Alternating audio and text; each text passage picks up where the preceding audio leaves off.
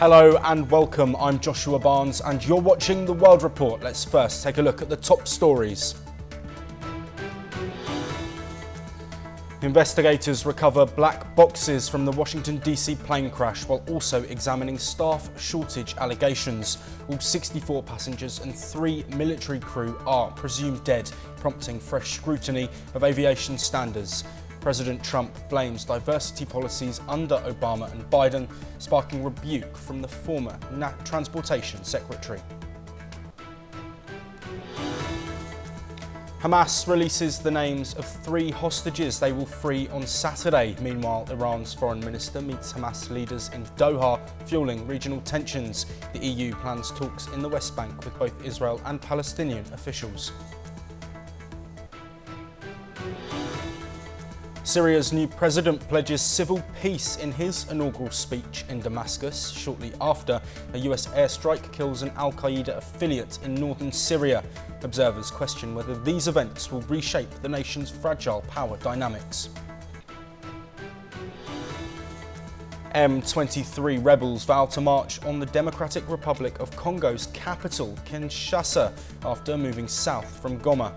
The DRC president calls for military recruits to bolster defences while local communities fear a deepening humanitarian crisis if the conflict escalates.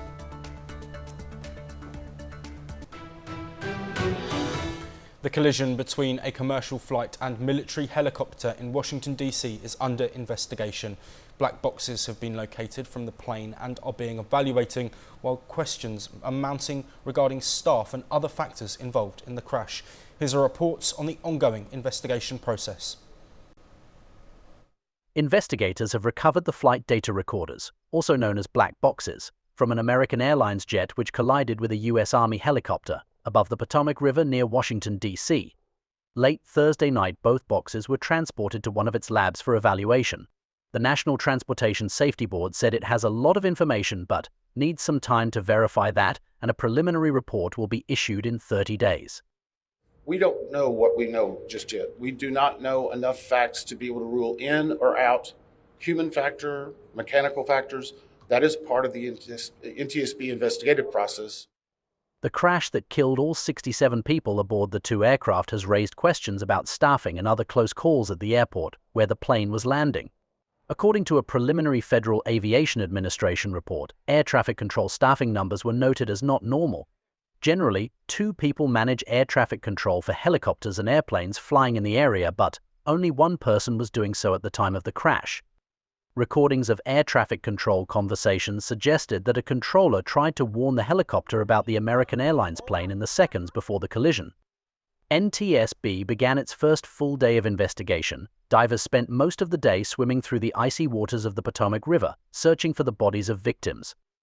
The search was suspended due to dangerous conditions. So far, 27 bodies have been recovered from the plane and 1 from the helicopter. Bureau Report, NewsX. Now for the latest from the world of business.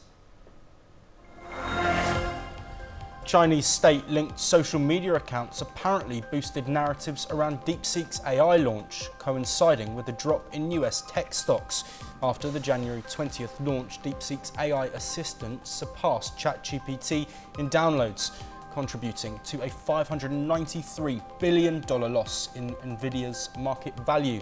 The US is now investigating if DeepSeek improperly accessed US technology.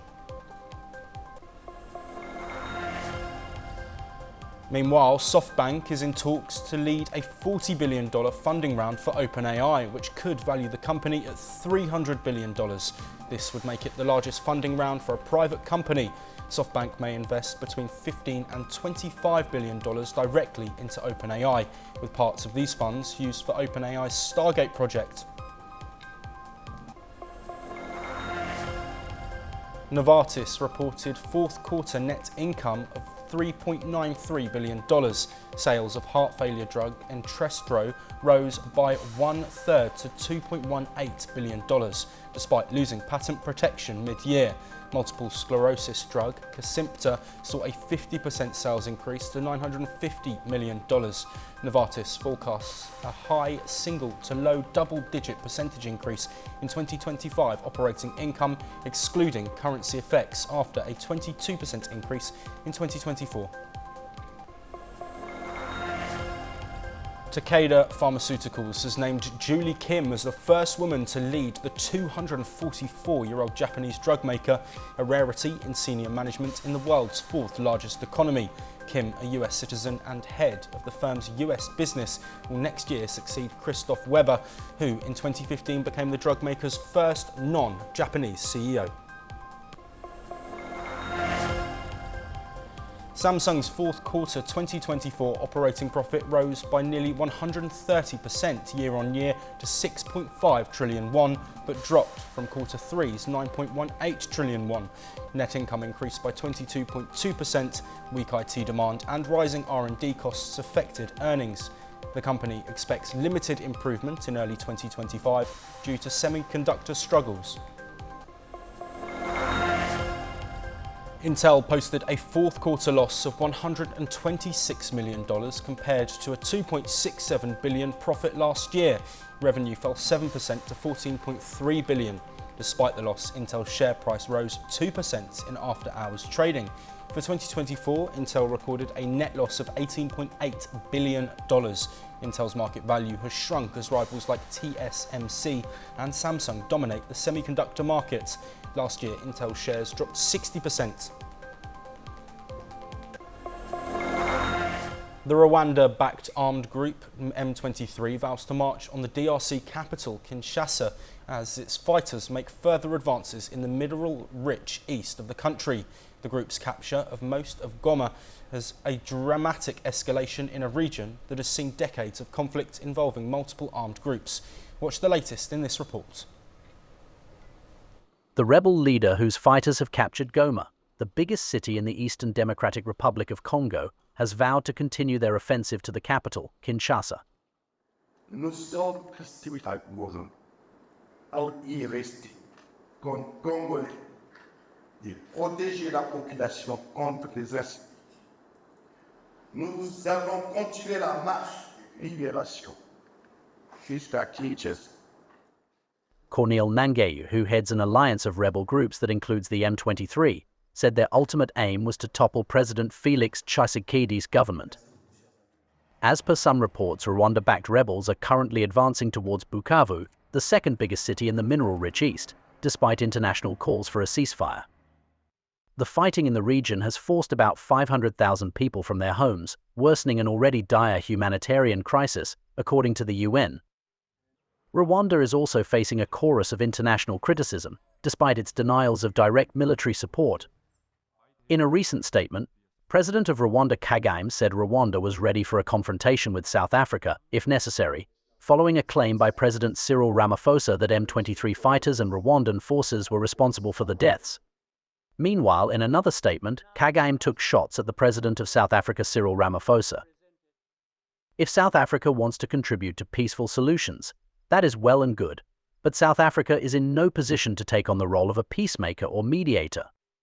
The exchange marks a significant escalation in tensions between the two nations, whose relationship has been fragile for several years. Bureau Report, NewsX. Now for the latest news from across South America. Ecuador's President Daniel Noboa looks set to win a full 4-year term in the February 9th election. A runoff between Noboa and leftist Luisa González would be a repeat of the 2023 election. That time González led the first round but eventually lost to Noboa. Noboa would win 47.1% of valid votes compared to 39.5% for González, according to pollsters Comunicalaza. An Ipsos poll shows Noboa winning outright in the first round, getting 50% of valid votes compared to 34.6% for González. The Nicaraguan government strengthened President Daniel Ortega's hold on power. This comes as Congress amended the constitution to give Ortega and his wife Rosario Murillo absolute power. The amendment proposed by Ortega enshrines Murillo as co-president and transfers the country's legislative, judiciary and supervisory control to the pair.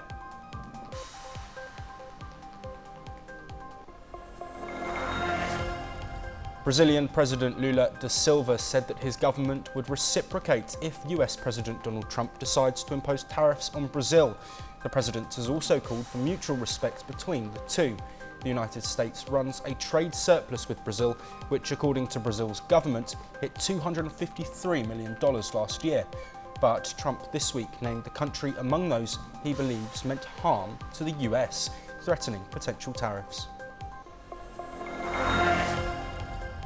The jingle of itinerant scrap merchants has long been part of Mexico's soul. Now it has made a cameo appearance in Hollywood in the Oscar-nominated narco musical Emilia Perez. The slogan, which has been adapted by French director Jacques Audiard for his musical, was created by Mexican scrap merchant Marco Antonio Terron. The jingle, known as Fierro Viejo, meaning scrap metal, was recorded 20 years ago after Terron grew tired of constantly shouting out to potential customers. Chile's Congress approved a reform to the country's controversial private pension system, thereby clearing the way for the bill to be signed by President Gabriel Boric. The reform had 110 votes in favour and 38 against. It includes increased employer contributions, raising the guaranteed minimum pension and modifying the country's private pension fund administrator's system. Pension reform was a key campaign promise by President Boric, who rode a wave of left-wing optimism to the presidency. US President Donald Trump has expressed condolences to those who died in the deadly crash that took place in Washington. He used the opportunity to fire shots at the former Biden and Obama administrations. Trump called out their diversity programs as one of the plausible causes behind the crash. Let's know more from this report. We are one family, and today we are all heartbroken. We're all searching for answers. That icy Potomac, it was a cold night, cold water. US President Donald Trump held a moment of silence for the 67 innocent people killed in the collision between American airline jet and military helicopter. He used a White House briefing about the lethal crash to rail against the Obama and Biden administration. I put safety first. Obama, Biden, and the Democrats put policy first. And they put politics at a level that nobody's ever seen, because this was the lowest level. Their policy was horrible, and their politics was even worse. He also took a dig at the Biden administration's efforts to diversify the Federal Aviation Administration. And my administration will set the highest possible bar for aviation safety. We have to have our smartest people. It doesn't matter what they look like, how they speak, who they are. It matters intellect, talent, the word talent. They have to be talented, naturally talented geniuses. You can't have regular people doing that job. They won't be able to do it. However, the president also acknowledged that he is unsure whether the diversity program have caused the disaster. On the other hand, Democrat leader in the Senate called out Trump's statements unjust. It's one thing for internet pundits to spew off conspiracy theories. It's another for the President of the United States to throw out idle speculation as bodies are still being recovered and families still being notified. It just turns your stomach. Meanwhile, Defense Secretary Pete Hegseth praised the helicopter crew involved in the crash and informed on the investigation. We do know on our side who was involved. It was a fairly experienced crew, and that was doing a required annual night evaluation.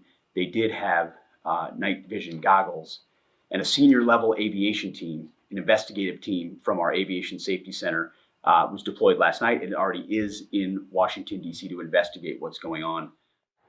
Nevertheless, travelers forge ahead with flights at Ronald Reagan Washington National Airport as it opens after the collision. However, many flights now stand cancelled. Bureau Report, NewsX. Let's now take a look at the news updates from across the Indo-Pacific region. Myanmar's military government has announced another 6-month extension of its mandate rule. This comes in preparation for elections the junta said will be held this year as the country enters its 5th year of crisis. However, it did not announce an exact date for the polls. The Myanmar military declared a state of emergency on February the 1st, 2021, after it arrested the country's leader and top officials in an army takeover which reversed years of progress towards democracy. Thousands of protesters have taken to the streets of the Philippine capital Manila to demand the impeachment of Vice President Sara Duterte. Reports say that around 4,000 people took part in the protest, with authorities deploying 7,400 riot police. Duterte faces 3 impeachment complaints over alleged misconduct and misuse of millions of dollars in government funds when she served as Education Secretary. Legislators have yet to tackle the complaints just days before Congress adjourns next week before the midterm elections. Indian soldiers have killed 2 fighters in Kashmir along the heavily militarised frontier with Pakistan. This occurred after the fighters attempted to cross into the Indian administrated part of the disputed territory. Kashmir has been divided between nuclear-armed rivals India and Pakistan since their independence in 1947. The Indian Army's White Knight Corps said on social media that an intense and heavy firefight was triggered between soldiers and infiltrating terrorists near the de facto border, known as the Line of Control. Deforestation in Indonesia rose in 2024 for a 3rd year running, according to a local environmental NGO. This synopsis was based on satellite image analysis and fieldwork conducted by Origa Nusantara. The NGO reported that over 260,000 hectares of primary and secondary forests were lost in 2024, over 4,000 more than the previous year. Indonesia has one of the world's highest rates of deforestation, with key drivers including timber, plantations and palm oil cultivation. Filipino President Ferdinand Marcos said that he is deeply disturbed by the surveillance of the country's military following a series of arrests of alleged Chinese spies. This follows 5 men being arrested last week after they allegedly used drones and high-resolution camera equipment to record activities at Filipino air and naval bases, including movements of government vessels supplying outposts in the disputed South China Sea. The Thai government has ordered a crackdown on farmers ignoring a ban on crop burning. This comes after air pollution in Bangkok spiked a week after poisonous air forced hundreds of schools to close. On Friday morning, the Thai capital ranked 7th in the world's most polluted cities after smoke from farmers burning crop stubble combined with vehicle and factory emissions to worsen air pollution. Hamas has provided the names of hostages set for release in the 4th swap under the Gaza ceasefire. Iran and Hamas hold talks in Qatar on Gaza reconstruction as the hostage exchange continues. Let's look at this full report. Israel has received the names of captives to be freed by Hamas, marking the 4th hostage prisoner swap in the ongoing Gaza ceasefire. Among those set to be released are Ofer Calderon, Keith Samuel Siegel, and Yarden Bibas. Meanwhile, Iran's Foreign Minister Abbas Araghchi has met with Hamas leaders in Qatar to discuss the reconstruction of Gaza. The talks, which involved key figures like Mohammed Darwish and Khalil al-Hayya, also focused on the ceasefire agreement and the ongoing efforts for a prisoner exchange between Hamas and Israel. However, Israel has denied accusations from Hamas that it is delaying aid shipments to Gaza. Thousands of trucks have reportedly entered the region in recent days. Hamas has freed 3 Israeli and 5 Thai hostages, while Israel has released 110 Palestinian prisoners. Meanwhile, the European Union is set to hold talks with Israel and the Palestinian Authority in the coming weeks, with Israeli Foreign Minister Gideon Saar meeting with EU counterparts in Brussels on February 24th to discuss the Gaza conflict and bilateral relations. In a separate development, Hamas has confirmed the death of its military leader Mohammed Deif, who was killed in an Israeli airstrike. UN Secretary-General Antonio Guterres has called for the immediate evacuation of 2,500 children from Gaza for urgent medical treatment, warning of imminent risks to their lives. Bureau Report, NewsX. Let's now take a look at the latest news from across the continent of Europe. A man who has sparked violent protests after burning the Quran has been shot dead in Sweden. Salwan Mamika was killed in an apartment in Stockholm on Wednesday evening. Unrest broke out after Mr. Mamika set fire to a copy of Islam's holy book outside Stockholm's Central Mosque in 2023. A Russian oil refinery in the southern Volgograd region has caught fire. The blaze was caused by debris from a Ukrainian drone attack. Regional Governor Andrei Bocharov confirmed the overnight attack. He also stated that the blaze had been promptly extinguished and that one injured worker had been hospitalised.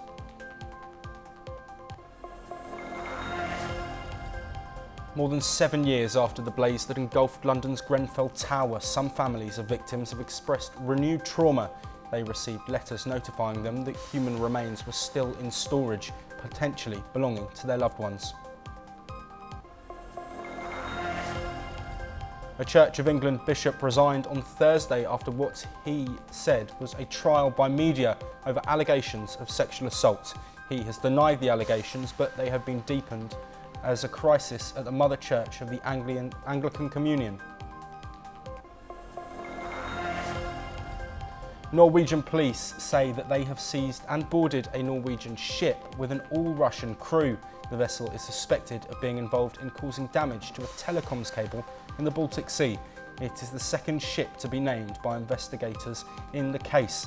The ship was seized at the request of Latvian authorities. However, Norway's Coast Guard assisted in the operation. As US Secretary of State Marco Rubio prepares for his visit to Panama, he doubled down on Trump's desire to purchase Greenland from Denmark, emphasising that the interest is not a joke, but absolutely genuine. Let's dive deeper into this story in this report. US Secretary of State Marco Rubio declared that President Donald Trump is fully committed to purchasing Greenland, emphasising that the idea is not a joke. In an interview, Rubio stated that the United States is not contemplating military action against Denmark, a key NATO ally, but confirmed that Trump's interest in Greenland is absolutely genuine. Danish Prime Minister Mette Frederiksen disclosed that she has consulted with European allies regarding Trump's comments. She also engaged in a phone conversation with Trump, which was reportedly tense. This unfolds as Rubio prepares for a trip to Panama to discuss the possibility of transferring control of the Panama Canal back to the United States. However, Panama's President José Raúl Milei has firmly ruled out any negotiations with the United States regarding control of the canal. En torno al tema del canal es imposible. Yo no puedo negociar, y mucho menos abrir un proceso de negociación sobre el canal. Eso está sellado, el canal es de Panamá. Tenemos temas comunes que por supuesto podemos acordar muchísimas cosas. Ya los he mencionado, migración, narcotráfico, lavado de dinero, crimen organizado, el incremento que está teniendo la exportación de drogas que pasa por nuestras aguas hacia Estados Unidos. Protests have erupted ahead of the Secretary of State's visit, with many Panamanians expressing outrage over the US president's agenda. Digamos que en principio por la visita de Marco Rubio. Definitivamente en estos momentos Panamá sufre una gran acusación de parte del gobierno de Estados Unidos y potencializado por este personaje, quien hoy no funge realmente como un representante de la hispanidad, de esa ascendencia hispana que tiene. The escalating tensions over Trump's Greenland and Panama Canal proposals highlight growing global frictions surrounding the administration's foreign policy moves and make it clear that Marco Rubio will be extremely busy for the foreseeable future. Bureau Report NewsX. That is all we have time for, but we'll be back with more of your latest international news very soon.